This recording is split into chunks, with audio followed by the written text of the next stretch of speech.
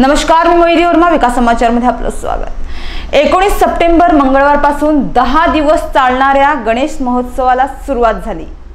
गणेश चतुर्थीपासून अनंत चतुर्दशीपर्यंत 10 दिवस बाप्पा आपल्या भक्तांच्या घरी विराजमान झाले आहे. आतापर्यंत 1.5 दिवस, 2.5 व 5 दिवसाच्या बाप्पांचे विसर्जन करण्यात आले आहे. तर काल सोमवारी 7 दिवसांच्या गणपतींचे विसर्जन ही मोठ्या जल्लोषात करण्यात आले.